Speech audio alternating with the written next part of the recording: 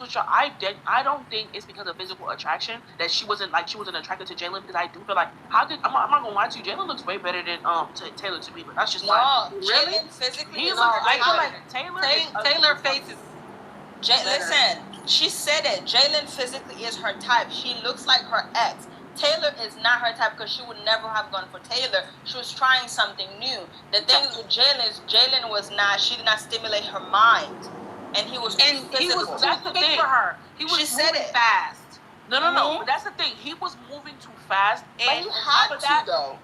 Exactly. But she's not like that, so it wasn't going to work. She told him that. And he was respecting her boundaries. He didn't. I feel like if they met at the same exact time that she met Taylor, she would never pick Taylor. Yeah, me neither. I feel like the reason why she picked her, I feel like the reason why she picked Taylor is because she had too much time with him. And the thing is, even Nick says this all the time. Nick says this all the time. Olandria's loyalty is very much like it's out of this world. Her loyalty is very strong. So she feels like she had to save Taylor, because this is somebody that she's been with this whole entire time for 2 weeks. That's how black women are, though, when she said that she was scared to send Taylor home because she was like, they were gonna turn on her. Taylor got sent home. She was thinking that. She was like Taylor was friends with everybody. And she said they would have turned on her. What if, how would that affect her friendships in the villa, and how it would change everything? I feel like Olandria is like old school, and she's about loyalty and stuff like that. So I don't know. She thinks about everything before doing it. But she did say that. I think she honestly started to peep some stuff. She was trying to tell herself it wasn't happening. Yeah. Remember, she you said can see that on her podcast when she said even before she went on the show, she went and asked her mom could she go on the show. She's 27 and asked her mom.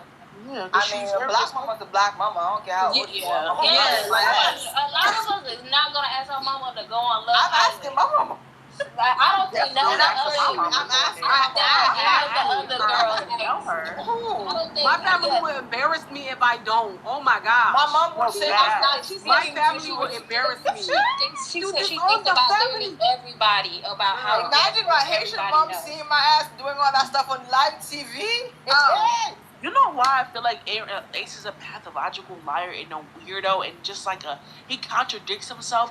Because this is the same man that sat up there on Speedy's podcast and said, that what's her face? He was like, something about how Nick didn't mention when Nick was by himself with him.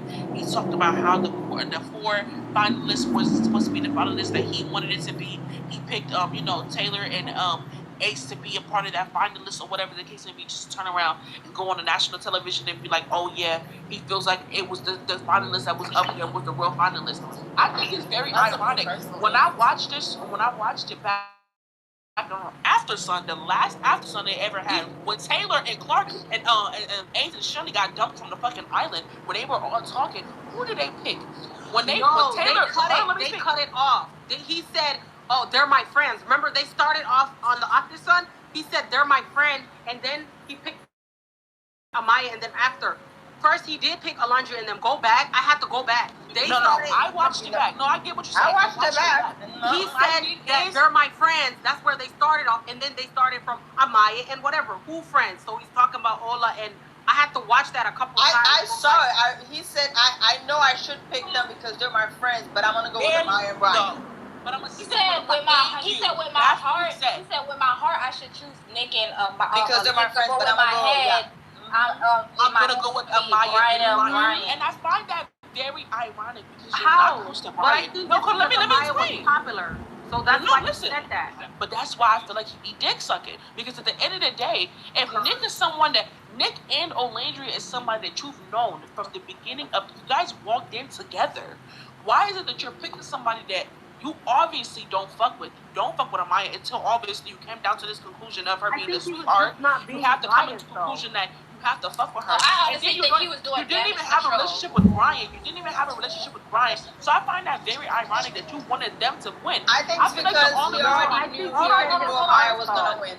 I feel like the only reason why. I think he knew Amaya was the winner. Yeah, I think he was damage control. Me personally, I think when he came out and he seen that people was talking shit about him, I really think he knew. No, I agree with that. But my thing is, He's I seeing feel like how it's so people is. ironic. I do think it's weird how he would say some shit like that just for you to turn around and be and play devil's advocate and deflect and be like, oh yeah, why did Nick not pick And me also, and my couple? Just for you to say the same exact shit. You didn't want them to win because you were jealous of them. Because we think about it. I remember. And I feel like we don't think about this a lot. When I watched this show back, Shelly was definitely more closer to Sierra than she was to Olandria. So I've been saying that since. And I didn't see that until I watched it back. Down my throat. I've been saying that. Thank you. I did not see that until I watched this shit back. I swear to God. I thought Olandria was more close. I thought they had a different relationship. Together. They were always together. They knew each other outside the villa. Sierra's friend said it. Thank you. And then they was always together when they were in the villa. The only time, Shelly had a relationship with Olandria and shit like that. But I'm not gonna lie to you, for real, her loyalty, because even after, right, when I watched this shit back, right, when I watched it back, I seen how her reaction was whenever it came to Olandria and Nick forming their connection. She will always act weird with Olandria, ask her little weird questions like, are you sure you have a connection with him? Are you sure you guys kiss? Oh, how was the kiss or with this or that? When you look at Ola, she's like, you know the face she making when Sierra says some slick shit? Ola would make those faces. It's like she was clocking it, but she wasn't allowing herself to feel it. Dead ass. Why are you trying to dissect my relationship when I'm telling you, yes, obviously, me and him have tried to have a connection way before, and now you're trying to make me feel like, oh yeah, what I'm saying to you, you're dismissing it, but you're trying to make that part when they were talking about her feelings and then Shelly cut off, it was like, I want to hear about a kiss. I was like, Exactly. And all I was trying to like, you know, she wanted to tell her feelings like I think she wanted to know about the kids, but they've been kissing. They haven't. Maybe they. That's what she said. Yeah, but me and Nick been kissing. How did she feel? Right. No, but when she said it, she was like, how did you feel kissing him now in the challenge that y'all are a real couple? Yeah, and then Olandria was going into detail. And then and then Shelly said, well, like, are you feeling good? Like, how do you feel about the connection? She was like, you know what, this is the happiest I have been since I've been here. And she was then going into detail about why she was happy. And then Shelly cut her off and was like, I want to hear about a kiss. She sure did. She did. I think she wanted to get to the juicy part though, because Olandria holds back and she knows that, so that's why she was like. Olandria was literally telling her feelings though. She was literally saying how she liked Nick, what was making her happy about Nick. She was actually going into detail. Like it wasn't like her just.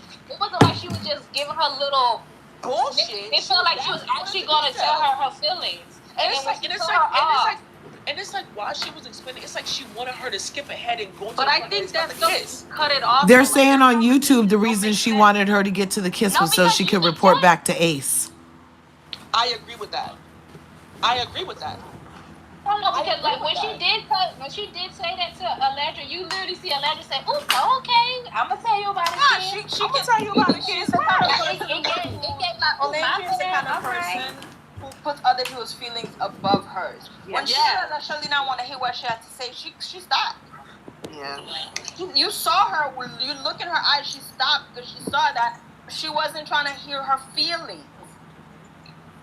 Well, the only thing I can say about Huda though is that Huda kind of was a good friend to Olandria in there on certain points. Let me tell you, let me give my. Let her do that to your friends. No. I'm talking about in the villa. Let me give my guess, and then you guys can argue. In the villa, even though when she did the kiss thing to Huda stood up for Olandria on the stand business when Taylor was doing that shit. Yep. Then also when Taylor did that shit with Clark, she was like, Taylor, you're so easy. That's another time of her being there for Olandria. Even when when Taylor and Clark hooked up, she grabbed Olandra's arm to comfort her to make sure like, you good? Like, I know that they doing this shit in your face, but you good? And then when her and Nick hooked up, she was the first one to be like, yeah, girl, like, tell me you happy. Like, she was genuinely happy for her, Olandria to be with Nick. Like, she really was happy. I can give Huda that. Like, when they were in the villa, I feel like there were times that she I feel like I agree with you 100%. I feel like when it came to the villa, she was very genuine with Okay, let's start from the beginning when she made that comment, you guys need real men. She didn't have to cry over that comment. That's she true. was just No, ignorant. she started. She's the reason why they say the girls are mean. She's the reason why they. Listen, Huda was only a good friend to Olandria when Olandria spent the whole time in the villa patronizing to advocating for her. Oh yeah, I agree. Look, being a mammy for her, being there for her. Yeah, she started being when she. Yeah, like when she started leaning on her, that's when she started being Olandria peeped exactly what she was doing. Olandria switched up, and instead of being herself with Huda, she became Huda's mother. And that's why Huda was there for her. Huda was not a good friend. Huda was not a good friend. I agree. Okay, I can see that. I can see that point of view. No, like, because why would you cry? Ola didn't say nothing wrong. Nothing wrong, girl. We're gonna have she a little started talk crying. later. How come Let's she not didn't do that cry when now. Hannah said something? How come she didn't cry when Iris? She was over there talking back, doing this. She started putting the tears for Shelly and Ola. Iris, I think y'all really do dismiss a lot of her behavior because I feel like maybe because she was in a background. No, like, that was one sneaky ass, hating ass bitch. Yes. Even if she was sneaky, she didn't deserve that. Real sneaky. Let me tell you something. Hold on. Iris hated on Olandria and Nick so bad. Look at every single time when Olandria and Nick, because you guys, once Sierra left, right? Okay, so the first she will make one of the slick things that comments. one of the things I remember is on Family Day when she seen Olandria and Nick's mom, like, you know, Nick's mom embracing Olandria. She was in the background looking weird and hating and making little faces. Whenever they would kiss, she would look at them a certain way.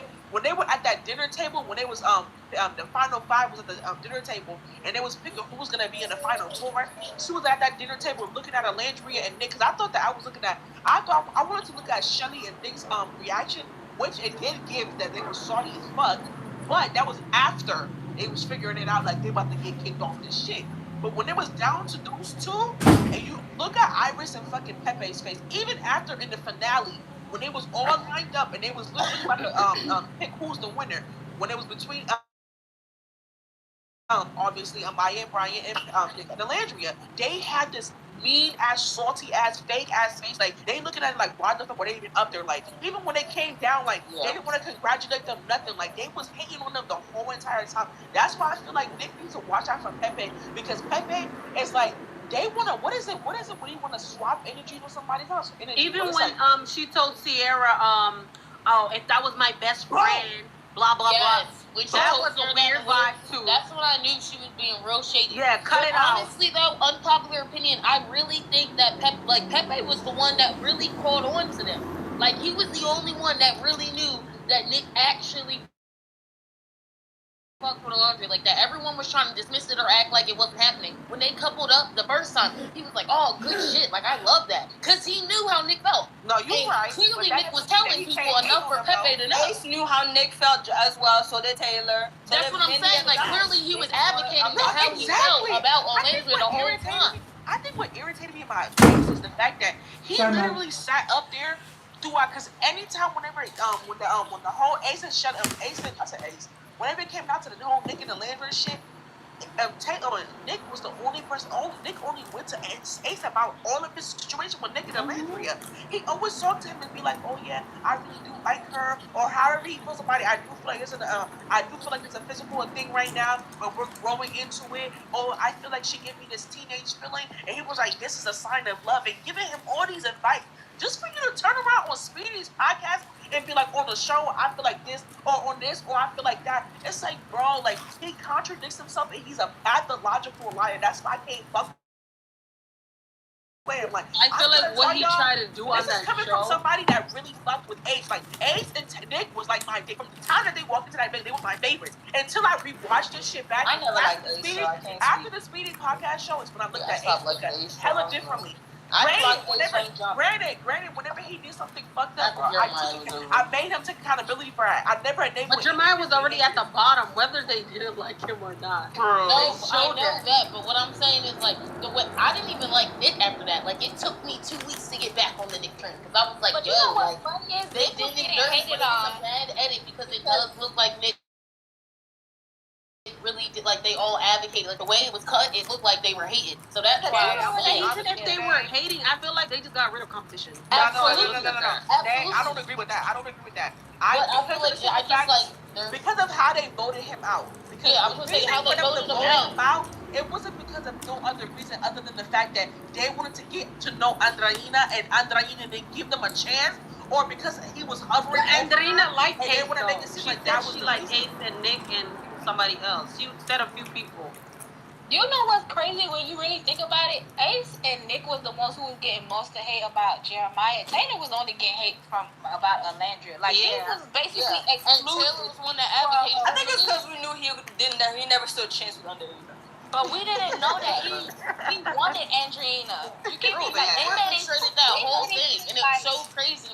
I think they made it seem like Nick saw Jeremiah home because he wanted a chance at Andreina. So it made it seem like they were just sending Jeremiah home on some hating that shit. Exactly, when it was only an Ace and Taylor thing.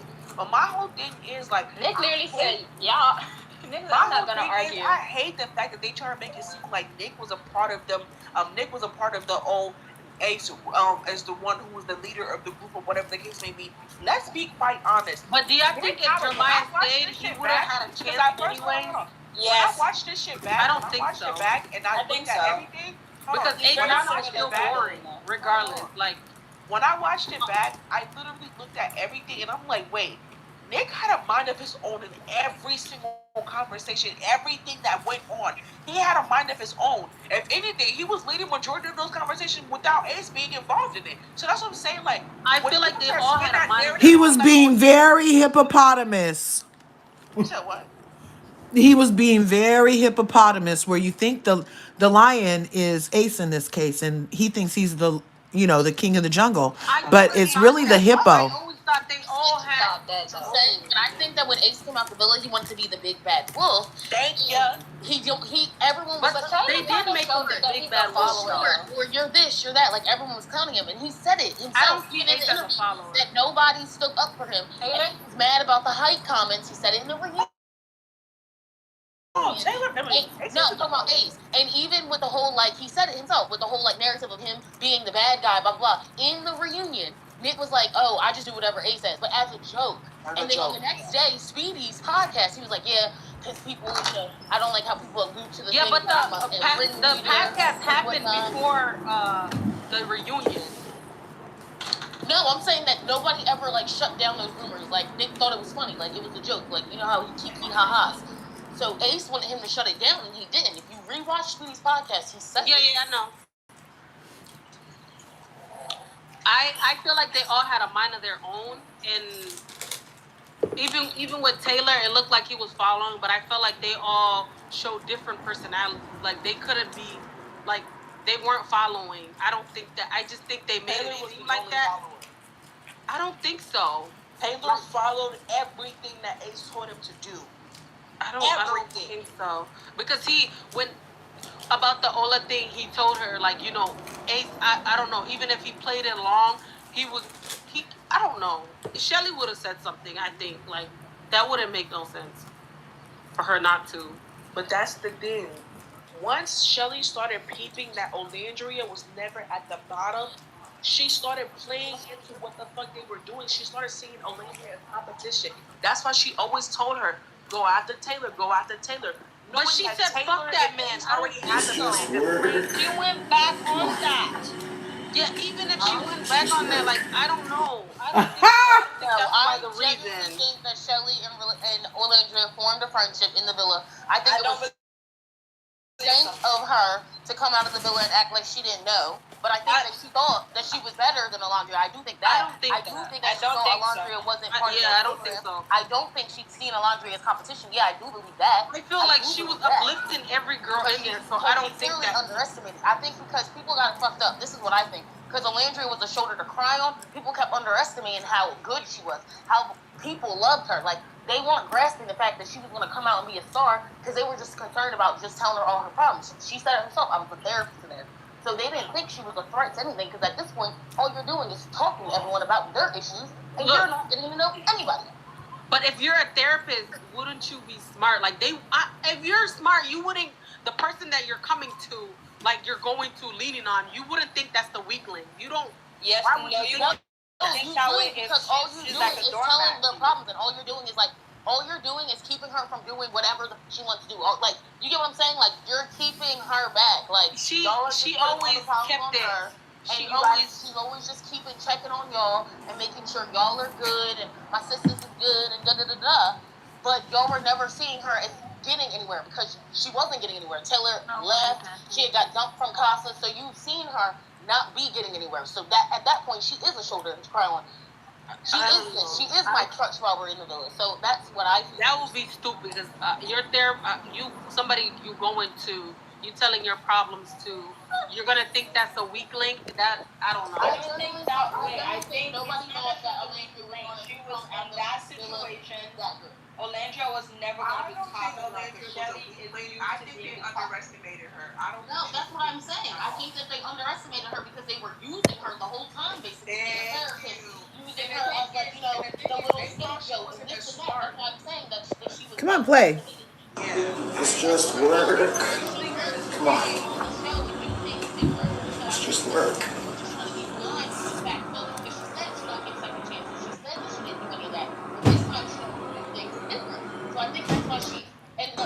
It's just work. Come on. It's just work. And I'm not gonna lie. Like one of the things that I when I watched this shit that was that It's Oh, just I'm listening. work. Come on. It's just work. Yeah, that was me.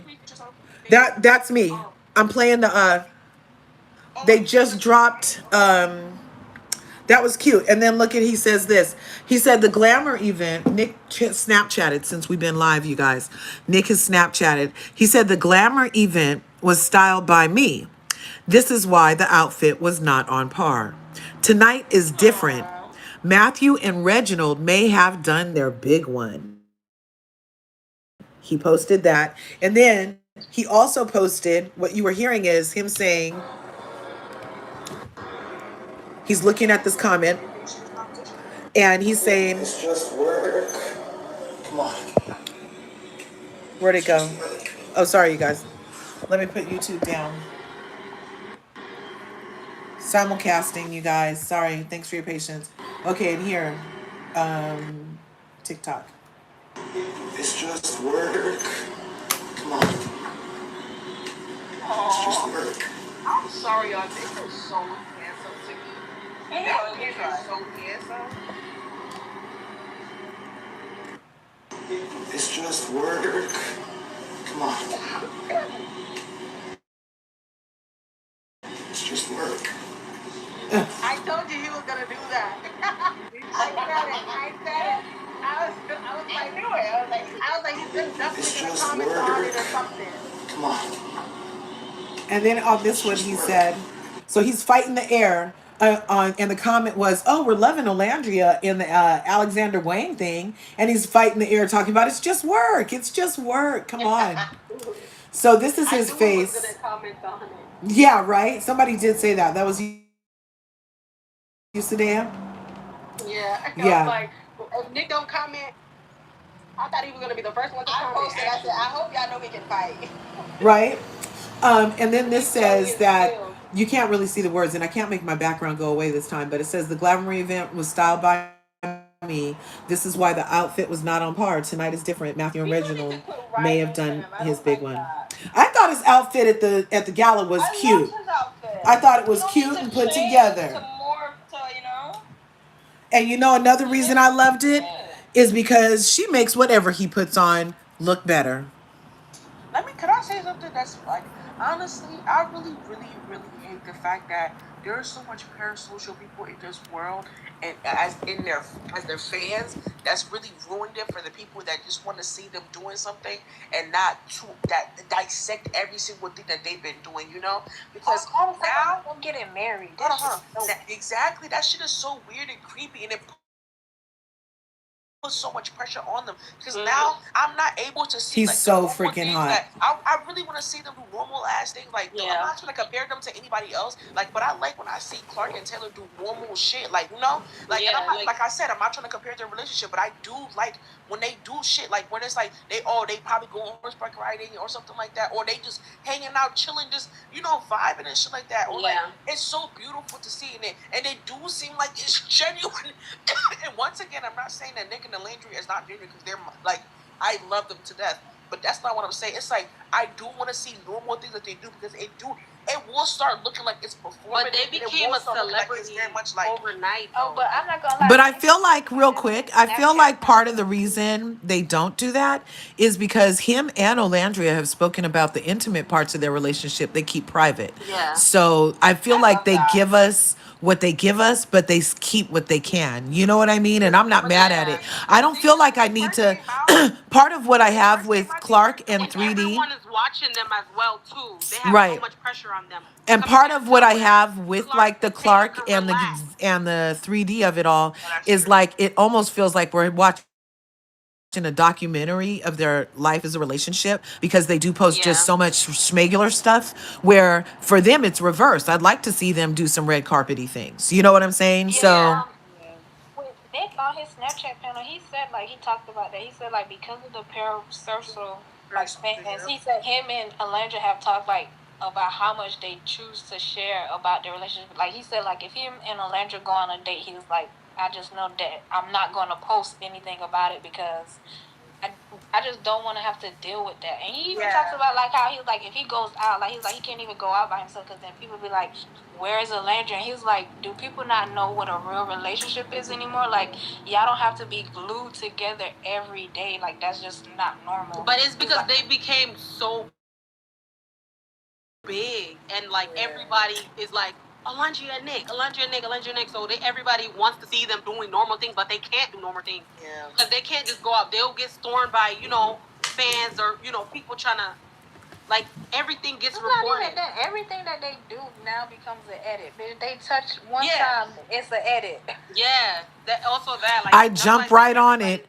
I go to their things and I snap and I cut and I edit. I'm not gonna lie, be reaching and they be delusional as fuck, and that should be bothering me. And it been bothering me since the beginning of the fucking show, bro. I'm like, bro, there's certain things y'all be reaching it, like y'all be reaching so bad, like damn, just let them breathe, bro. Yeah, sometimes they do have to let them breathe. Something like damn. Yeah, Zendaya is very private with her relationship. They don't really show so much of their relationship because it's like if they do anything, it's like your haters are critiquing you and your fans is analyzing you, and people who say they're your fans but they think like y'all relationship is not real. Yeah, or it's like a lot asking you like, are y'all boyfriend and girlfriend? And then it's like even him saying like that's my girlfriend, people are still don't believe analyzing it. So it's like, what can they do? Because I feel like after a while that gets on anybody's nerves. Like every day. No, the thing is, they want them to do the grand gesture, those fake ass grand gestures that always kissing and I low-key feel like Taylor and Clark and Ace and Shelley did that so that Olandria can look bad in her relationship. Exactly. I don't think so. I don't think that for Ace because Ace was already into TikTok and that's his job. Let me tell you something. You gonna always protect Ace and Shelley, and I've been peeping that from the beginning. Oh my god! I told you I protect Nick too. You protect them, but every single time. But you guys, okay, y'all gotta understand. All of you guys love Nick and Olandria, and when you say something negative about Ace and Shelley, I have to. When I don't agree, I gotta be fair because I like both of them. No, I get it. So, but I like, girl, I love Nick. What you talking about? No, Bro, I love all of them. I was just clarifying, like I'm starting to peep. I've been peep like every time. I made it clear. Shelly, I'm like, bruh. I'm a fan of the, y'all don't call them the core four no more, but I still love them. Nah. Do y'all want to talk about how I think it's, let me say something, right? And some people are being delusional, and when I think 20% is being delusional, and I think that 80% really do have a little bit of conscience, and they know how to think for themselves. I don't think Shelley and Ace, shout out to Shelley and Ace, Olandria and Shelley are cool because of that picture that they took at the What's It Face Award. They not. They're not. And let me tell you why. Because I think it's so funny how strangers, because I'm going to call them strangers because those girls, they don't know her. They don't know Shelly. They know her of being on season 7, right? Vice versa. They only know Janae and Serena from being on season 6. So y'all are strangers to each other, right? Why is it that you post them on your Instagram, on your actual Instagram feed, right? You post them, but the picture that you have with Olandria looks better than those pictures that you have with them. But you post them and not. Yeah, that was weird. She's a cloud chaser. And that's exactly what I said. That was She's very a cloud fucking chaser. weird. She wanted to make it seem like, oh yeah, she's best buddies with these girls, and Landria wants to. And you know, Serena chose Or she could have been a fan, but that was very fucking weird on her end. I'm not gonna lie. Bruh. That was weird as fuck. Thank you. Who talking about? I thought either she's a fan or like, I don't know. But on the flip side, I have an unpopular opinion about it because I have not that I have a different view because I thought the same thing too. But then I had to flip the other side of the coin and think, okay, why would I post Olandria in the hype of everything that's been going on, in the hate of everything that's been going on? If you post and the Love Island already girls, divides us. because she's Love And Island. everyone already She's divides a Love us and Island girly analyzes us too. anyway. So I don't know. I feel like I flipped the coin. Like I understand that point, and I understand like, bitch, you're weird. So. And I also thought like maybe she was like, Ola didn't post me, I'm not gonna post her too. Ola didn't post about it by herself. Yeah, exactly. So then when I looked at Ola page, I'm like, okay, that's weird of her. She shouldn't have posted the whole thing at all then. Like she was weird for that. Who'd you call weird? Who was weird? I'm sorry, I was typing to Shelly the. for not posting the Ola picture. Yeah, she makes a point to not post anything Ola adjacent. She literally tries to. Yeah. She wouldn't even repost. So. And I think that maybe people call her like, you know, they think that she's Ola's like not shadow, but what do they call her, like shadow man? Yeah, like I agree. I think that maybe she's trying to prove a point. Maybe she could do it without Ola. Like maybe she has a point to prove on herself. Like, okay, I'm doing this on my own or whatever. Like I'm not. I don't want to use her clout. I don't know. Let me say something about Shelly and Ace. Let me tell you something. The reason why all of this shit has happened, obviously, is because of Ace, right? We all know that, right? But let's talk about the fact that any brand deals, or because I don't think they've gotten any brand deal. I think that they get invited to places, right, because of them being black, right? And I feel like they get invited to black spaces, right? Where Olandria gets like a variety of choices of all these different things that she gets invited to. White folks love Olandria. Yeah. They get invited to black places, and then every single time I'm starting to notice, like, anytime they get like a ad, or like not even an ad, but like a little, what is it called? Like, it's not an ad because it's like that would mean that they're like sponsor, like a sponsorship, right? Every time they do a sponsorship, the person that that's sponsoring them never posts them, right? And I think it's very weird because it's like they're making it seem like the way that they, because you know how I saw a few of them post them. No. I'm gonna tell you one. I'm gonna tell you two, right? Yeah, she can't let go of Ace. She's gonna. Ace did a Beats thing, right? And Beats didn't post him. And then Shelly did a EOS thing. I don't know if they posted her now. Yeah, they posted her. They posted it? Yeah, they posted her. Oh, okay, because I didn't see that. And that's my thing. And there was other things that she's done also. So, and I can't put all of that to mind. But there's other things that she's done also that they didn't post on it. And that's the thing. I feel like they had their own camera crews. Because the thing is, we all know when Olandria gets a brand deal, the brand deal is the one who's filming her. They go, they do a whole production shit. They do this whole big thing for her, right? But when it comes to Ace and Shelly, Ace already have his own camera. But they weren't in the top 4 though.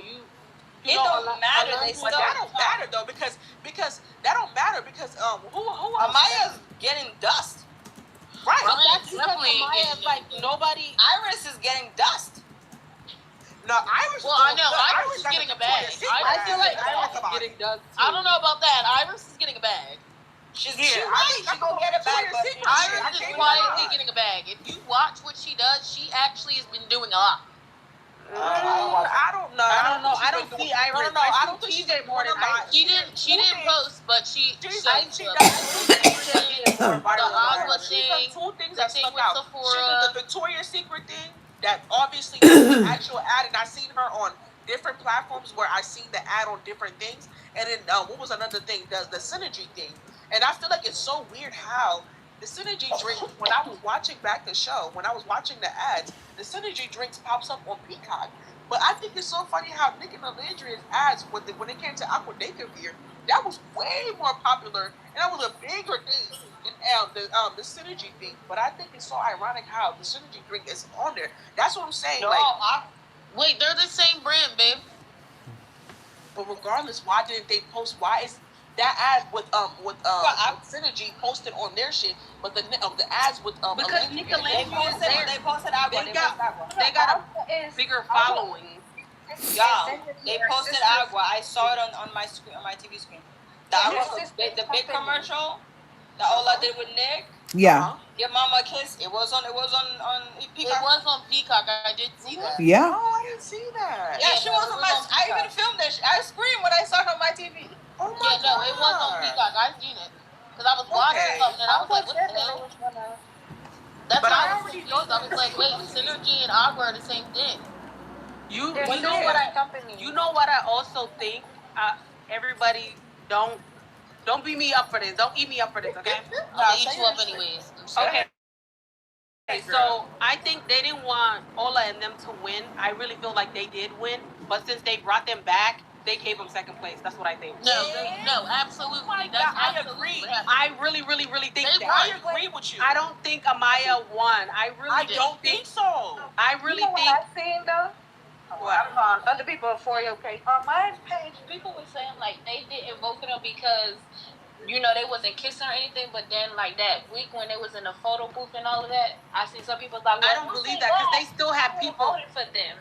No, I voted for them too. Our ship is huge. I never voted for the community that we Amaya. have is huge. Like it's really motion. Like you see how she getting all the way to the top of the list and everything like that. What are you talking about? Really be voting for her. Olandria, that's what I'm saying. People really vote for her. Yeah, that's I really think that Amaya didn't win. Her and Nick definitely won, but they had to give it to Amaya because they couldn't. This from the time it they came couldn't out. have another black winner because Peacock's annoying. Yeah, that's what I And think. two, That's what I They had to give it to the Hispanic couple because of all the hate that was going on, and they just want to be like, let's wave the white flag with the Hispanic couple. And but like they definitely won, and I think that Nick and Ola know that they won, and I think Amaya and Brian know that they did. About enough. And I think the public knows that they won too because I think Nick and Ola definitely know that they won. I think everybody there knows that they won. Like, I think everyone there knows they won. And then also last season, I think that the only reason why the black couple won is because the Beckham family. I can agree with that. I can agree with that. That's what I really think. So they really. But they were loved though. They were really loved. They were really loved though. I think that was different because they really wanted to see black love. Like that was something. That was something worth selling. Like that was good. But this shit, if you want to say that, you can say the same thing for the UK. They way worse than way. Oh, the UK is terrible. The UK is terrible. UK is fucking terrible. They hate to see a dark skin come. They don't even have two people in there. They send the other one home when another one comes. No. The UK. The UK act up. Okay. They do. Okay? They get smooth, cussed out, and straight. recount the votes. The girls are real disrespectful. Even the men is disrespectful to the girls. Especially this season on 20. Oh no, this season was. Yeah, I was calling them Shalandria, Mrs. Itchy Uchi Gaga Baba. I was definitely. if they did win, it would have been a lot worse for them, like really bad. Yeah, no, and that's what I'm saying. I don't think that they did that. I think that they let Maya and Brian win on a thing like, okay, we're waving a white flag. I was shocked with Maya and whatnot. Because I honestly thought everybody was voting for Nick and Olandria. I really think that Nick and Olandria won. That's one thing. Because the way I feel like people collecting votes, I was like, there's no way they didn't win because people were collecting votes after people kept parties for people to vote for Nick and Olandria. Yeah. I was like, there's no way they didn't win. So when I heard that they didn't win, I was like shocked. I was like, what? No, and I feel like they didn't even have fandoms. Like, you know how Nick and Olandria, that we had like like a 11 billion hashtag or what? A billion hashtags or something? Yeah. We didn't see nothing like that about Amaya and Dee. That's why I didn't understand How did they win that show? Like, I never understood that. They If won Huda because the people choose won that show, I would have understood that. And I feel like Iris and Pepe didn't make it to the top 4. Iris and Pepe definitely didn't make it to the top 4. I always felt like I always call The only real reason, quick. I'm gonna say this right now, the only reason why Iris and Pepe were in the top 4 is because of America. They didn't want Ace to be in the top 4. That's the only reason that Iris and Pepe were in the Because top they 4. were full on And NPCs. then the producers know that he was helping them, so Does anybody else feel like Iris and Pepe and TJ even? Iris, Pepe, and TJ were all NPCs. Hannah was the most lively among that NPC core 4, but the other Pepe, Iris, and TJ definitely NPC vibes. I'm like, what did they even do besides walk around? They were like walking around. They were walking around doing nothing, like that lady in Grand Theft Auto bumping into the bench on the beach. I don't want to sound dumb. What is PC? What's PC? What did she say? What is it? She said PC. PC. What's PC? NPC is like a game character who does nothing but just walk around. Oh my god, that's you ever pay attention to Sims? so They're always true. just roaming. Yeah, like in GTA, in Grand Theft Auto GTA, they have those NPCs that just walk around bumping into I thought you things. said PC something. No, I said NPCs, non-participating characters, right? That's what they are. Okay, I got it now. Bro, when I see Iris get that, and I'm not trying to hate on her and not say that she can't get any opportunity, bro. But when I see Iris get that Victoria's Secret shit, bro, I was like, wait, what? That shit Yeah, Thony. That's right, Thony. Exactly. It's about. I think they needed a white girl inside the top 4. That's what I think. That's exactly because they had Huda, Amaya, Olandria, Shelly. They were like, hell. No, that's what I'm saying. There was no way they were gonna let another black couple go to the finale. That's what I really think. They were like, this is a white made man America. And then they were like, oh, they got Taylor in them. Hell no. Taylor and Clark ain't never stood a chance. No. I'm saying they start kicking them out like. Yeah, they was like, all right, all the sugar booze gotta go. They were like, you gotta go. You gotta go. I ain't never seen that many elations back to back. Okay, now all the black people gotta go. Bye. I think what irritated me about Nick also, and like I said, I told y'all, Nick was my favorite since the beginning. I do think that for Nick to bring for Taylor to bring Nick to his hometown or whatever, for him to be hanging out with them, I think it was because he needed to be showing that even though Nick fucks with Olandria, that's still one of his best mates, right? And I feel like he was doing that because that was literally a couple days before the reunion was aired.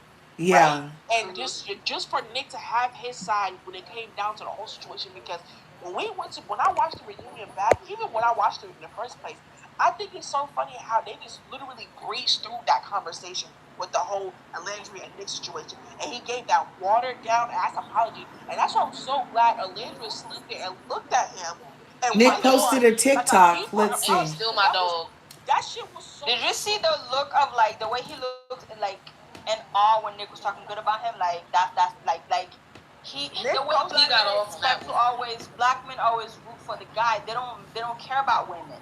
He still my dog, to be and the that's same way. That's when I threw my phone at the TV. What you mean she your dog?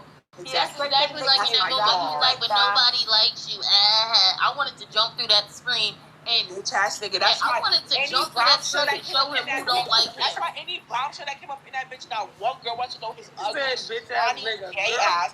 Not one of them wanted to get to fucking know his ass. The only time somebody wanted to get to know his ass after they watched the show up and down, side to side, which was Coco and fucking and Clark, and that's when they plotted on his ugly ass with his big up back with his fucking looking body. I feel like they knew he was gonna fold. That's what it is. They knew he was gonna. He was vulnerable. They knew. Yeah. He was easy as fuck. They knew how he got down when anybody would come up in that villa. They wanted to switch. They seen everything that we could have seen. That dude, like they give him those tapes, make them dissect it. I don't think they watch it one time. I don't think they watch that. If an episode, I don't think they watch it one time in that while they're in the thing. I don't. I feel they make them watch. I feel like they watch it by themselves over and over and dissect it. Until they come up. I mean, they don't got nothing else to do. They quarantining, so you better watch it 100 times to get to know the motherfucker. Thank you. YouTube. YouTube. All I do know is that my Nicolandria YouTube. and Look they at were Ola robbed. and It's Nick okay. are Nick is on out top of me. in traffic, YouTube. I would rather them not be the winner. There's a topic that I want to talk about. Like, I want to talk about how shy This you feel is to talk to just your girl posted in on Nick's person. TikTok. Happened? I'm trying to. Nick just posted on TikTok. When she got with Nick, I got to see her softer side. Like she was always soft, but like it was like I don't know how to explain it. It was girly. Yes. She couldn't look at me in the eye. Yeah, it was really cute. I feel like overall. Yeah. Yeah. She can't stop smiling. They're so cute. Oh my god. Oh my god, they're so cute. Let me see. Can I replay it? Yeah. It was like a buddy vibe. It didn't gay couple. Is it gonna do it again? And let me tell y'all something. Like, yeah, we already know this, but I'm gonna tell y'all this, bro. Oh, it won't do it on this. Never like Olandria, like never. I gotta refresh. Let me stop. I already knew he never liked her. Refresh. Like in the beginning. And then when he kissed her in the kissing booth, She looks so good. They are so fine together. Oh my god.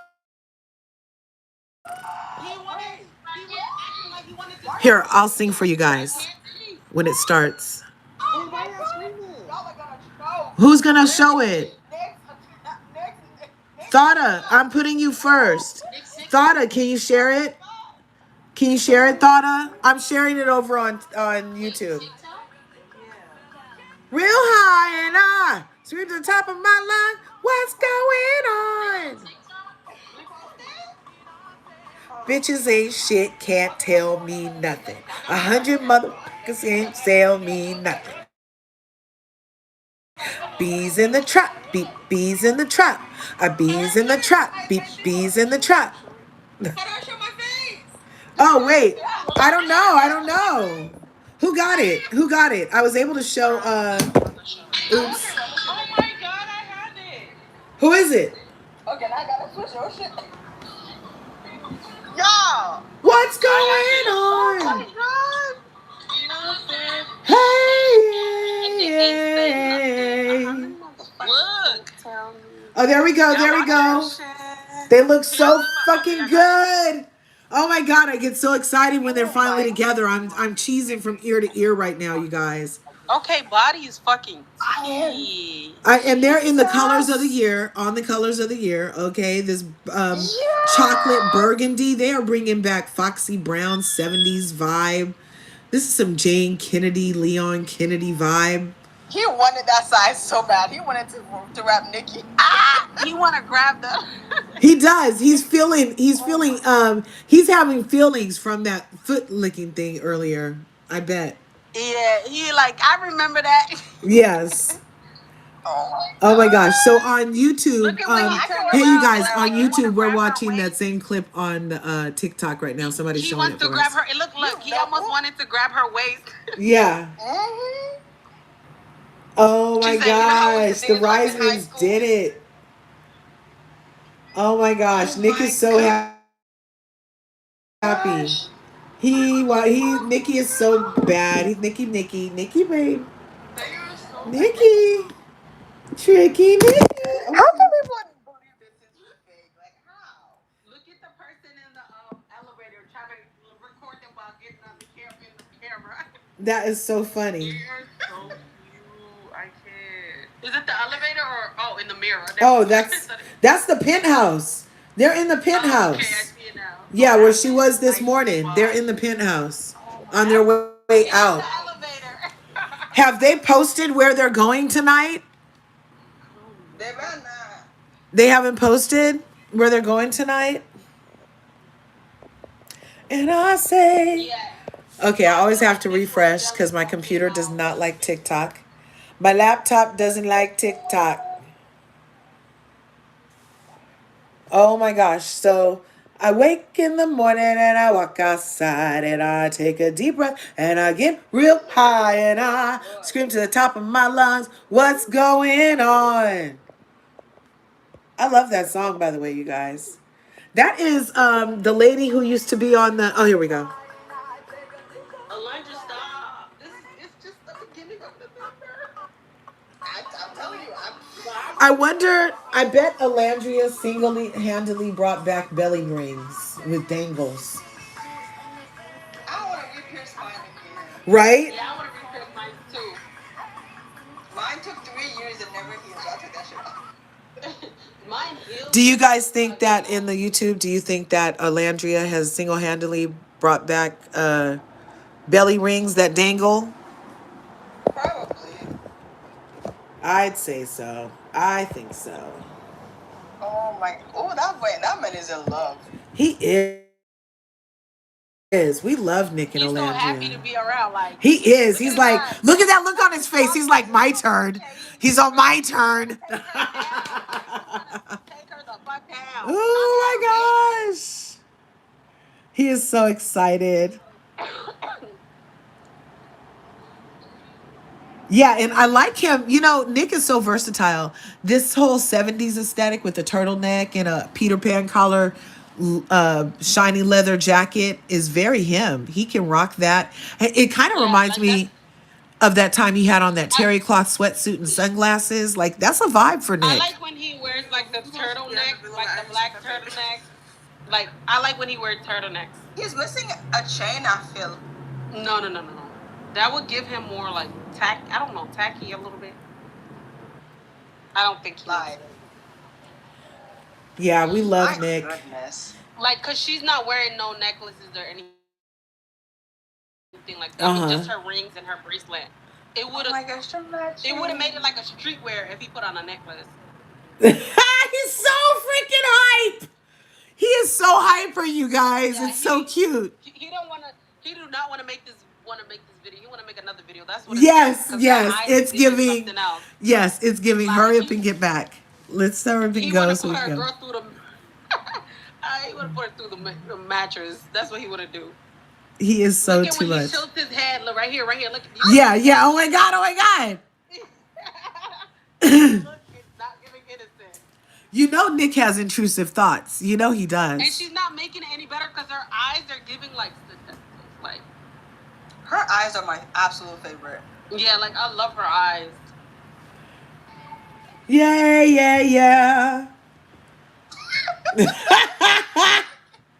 You gonna sing this song? I love it. I wake in the morning and I step outside and I take a deep breath and I get real high and I scream to the top of my lungs, what's going on? He had no business turning around. This look is killing me. This part right here is killing me. Yeah, he just can't even help it. Right, he cannot help it. My God, Olandria. I like the little gold in the back of his jacket. Yeah. Wait, does she have a piercing on her chest? No, that's just, I only saw her belly ring. Are you saying she has nipple rings now? She doesn't have nipple rings. No, her bra. No. I'm talking about. Look at when she turns around. Hold on. Yeah, her bra has a design in between. Oh, okay. All right. Yeah. Oh, yeah. I was like, hold on. I didn't see that. She said her mom was very strict, so she never got it. Look, we could just sit here. A true VanCarthen could just watch this for about a half hour. We could just watch this for a good half hour and just in silence, smiling, kicking our feet like Alan on a couch. Oh, she's so beautiful. My God. And they look so good together. Look on my TV. Oh my God. Are you rewatching Love Island right now, Thata? I have it on. No, she's watching the makeup video. Oh, the Allure. Yeah, that was great. You know what I didn't find? I was looking for a clip. I was going to try to show us if I could get it on my laptop, but the one where she got ready for Brandon Blackwood. Mm-hmm. There was a video for that too that I can't find. Yeah. I only saw the one where the guy was like doing the massage for her, the facial. Yeah, that's the one I'm talking about. They were getting ready to put her in the pony hair. It's on the, And the guy who did the facial. It's on his page. Oh, it's on his actual page? No, it's somebody else. Because I follow him now. Somebody else who did the facial. Can we give it up to the VanCarthen? Again, let's see how many likes it got now. Right? Reset. Oh, shit. Yeah. My Keep tablet is resetting so it weird. so you know, maybe it tells you watched it 100 times. Do all of our rewatches count? Yeah, it does. Oh, good. Do they? You have to go back and do it again.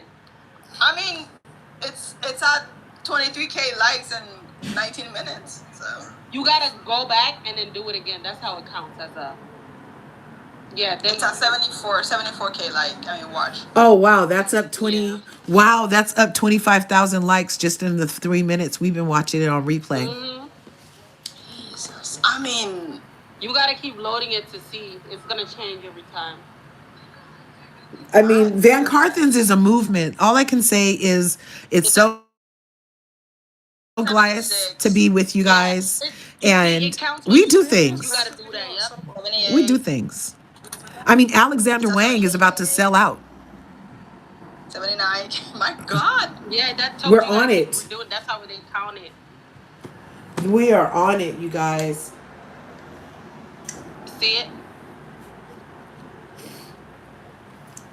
It's gonna be 90,000 next. 80K. Oh wow. That's how you do it. I had to Google it. Like, does it count if you watch a video? So I would exit out and then watch it again.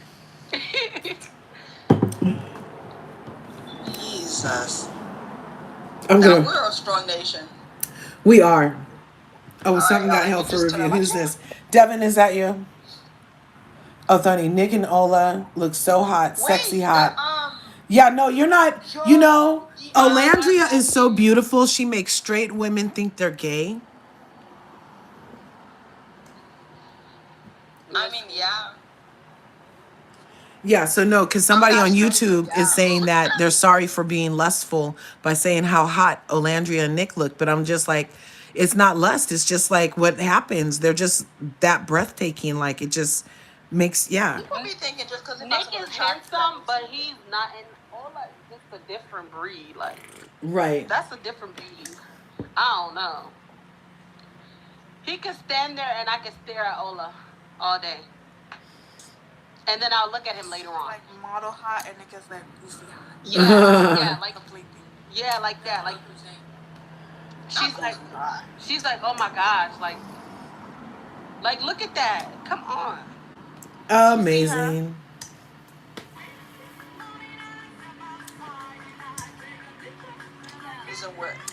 Oh, and her hair is black again, you guys. For sure, that chocolate is gone. I like the black. We went back to black for the You see the with the sunglasses video? I really like her in the black short hair that's flipped. Like it has a little volume and it's flipped. I really like that look. That one's her favorite. I really like that. And then the video she's on right now with Nick, I really like her hair like that length. Like it's and the brand she's given, I don't think she should do too long hair. Like, you know what I mean? I think she should stick to that. Almost at 90K, y'all.